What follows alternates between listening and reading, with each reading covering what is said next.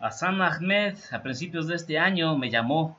Mario Patrón, un destacado abogado de derechos humanos, quería que habláramos en persona cuando llegó a las oficinas de New York Times México.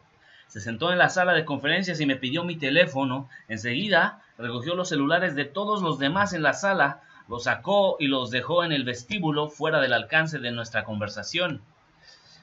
Están monitoreando nuestros teléfonos, me dijo. Patrón explicó que él y dos abogados más de su equipo en el centro PRO-DH, entre ellos el que representa a las familias de los 43 estudiantes desaparecidos de la Escuela Normal Rural de Ayotzinapa, habían sido blancos de un programa espía muy sofisticado que puede intervenir un teléfono celular, incluido el micrófono del software conocido como Pegasus. Puede monitorear llamadas, correos electrónicos, las citas en el calendario e incluso mensajes encriptados. Básicamente convierte un teléfono celular en un micrófono oculto. Después, Patrón me presentó a Luis Fernández García, un activista de derechos digitales que había rastreado el uso del software en contra de activistas, periodistas y algunas otras personas. Me mostró más casos en los que sospechaba que habían utilizado el programa. Como lo describí en el artículo publicado el lunes, encontramos que muchas personas han sido blancos, académicos anticorrupción, periodistas y familiares de al menos dos de los objetivos, como el hijo adolescente de Carmen Aristegui, una de las periodistas más reconocidas del país. Casi todos los personajes que entrevisté hicieron lo mismo que Patrón. Dejaron sus teléfonos en otro lugar. Carlos Loret de Mola, conductor televisivo, hizo algo distinto. Comenzó a llevar consigo 7 distintos celulares en todo momento y a usarlos de manera intermitente para frustrar cualquier intento de espionaje.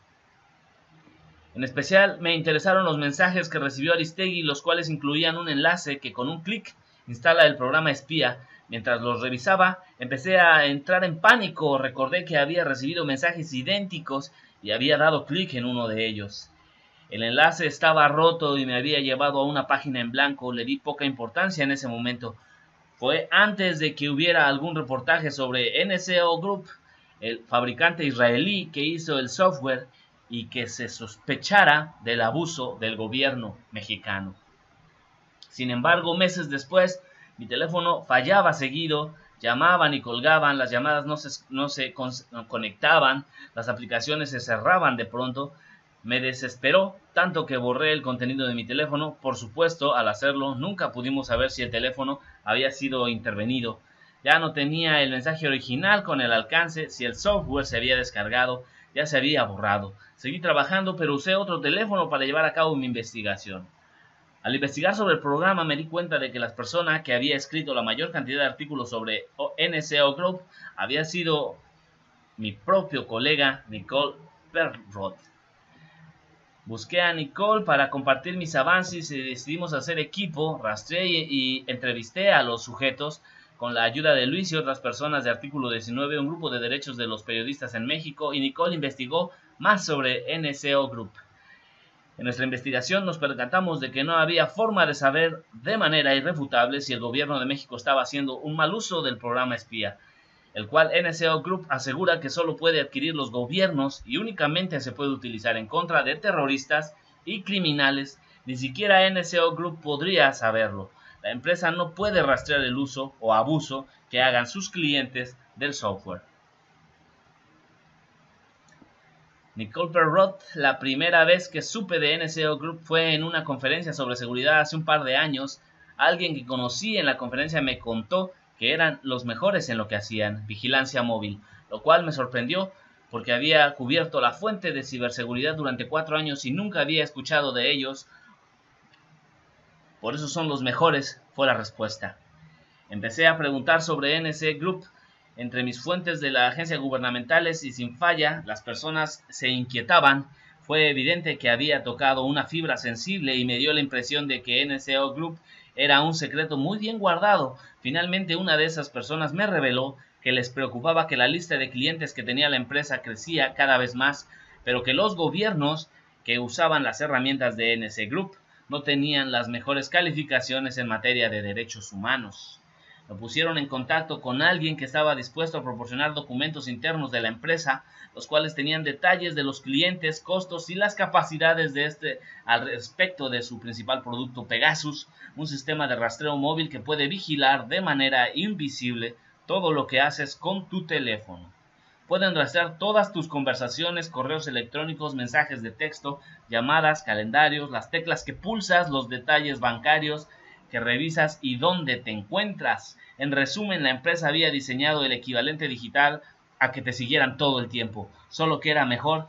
Pegasus puede rastrear todo lo que recoja el micrófono e incluso la cámara de tu teléfono. En septiembre publiqué una historia sobre lo que sabía. Este reportaje y otro que realizaron unos investigadores de Citizen Laboratorio de la Escuela de Munch en la Universidad de Toronto, en el cual se detallaba el uso de Pegasus en contra de activistas de derechos humanos en los Emiratos Árabes Unidos y un periodista mexicano, fueron una llamada de atención para que otros activistas y periodistas revisaran sus teléfonos en búsqueda de rastros del programa espía. El grupo israelí siempre ha dicho que sus herramientas solo se utilizan para actividades criminales y terroristas y que siguen un estricto proceso de investigación para determinar cuáles serán los gobiernos con los que hará negocios y cuáles no, con base en las calificaciones en materia de derechos humanos de cada país. Sin embargo, después de septiembre comencé a escuchar que había cada vez más personas que recibían mensajes de texto sospechosos, los cuales después confirmaron estar ligados con el programa espía de NSO Group. Estos individuos no eran criminales ni terroristas, estaban lejos, muy lejos de serlo.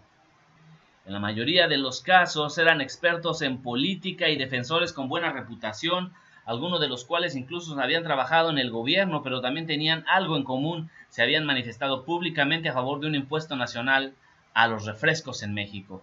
Dos cosas eran claras: una autoridad del gobierno mexicano estaba usando Pegasus para favorecer los intereses de la industria refresquera, o un tercero había tenido acceso a la herramienta de NSO Group. Casi inmediatamente después de la publicación de ese reportaje en febrero, me enteré de que solo era la punta del iceberg.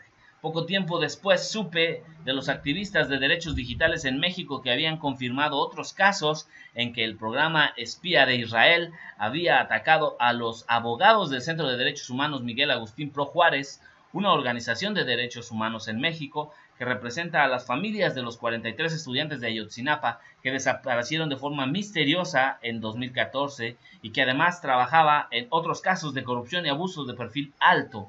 Hassan Ahmed también sabía de casos similares en el Centro PROT, pero asimismo entre sus periodistas y sus familiares, así que decidimos trabajar en equipo. La parte más perturbadora de esa historia es que hay tan pocos recursos legales en contra del abuso. Una vez que las herramientas del grupo israelí NSO Group llegan a las manos de los gobiernos, estos son los que deben regularse. La empresa realmente se entera por los periodistas o de la forma indirecta por las mismas víctimas de los casos de abuso. A pesar de que se ha hecho el intento, hasta este momento no existe un órgano a nivel mundial que regule el uso de programas espías. Los periodistas han sido los principales encargados de descubrir los casos de abuso y aún así es claro que nadie está investigando a nadie para asegurarse de que esto no vuelva a pasar. De hecho, estas herramientas solo se están vendiendo a más gobiernos, muchos de los cuales tienen calificaciones terribles en materia de derechos humanos, y es alarmante saber quizá únicamente estemos empezando a descubrir el tema. RH Noticias, Genaro Villamil, Twitter.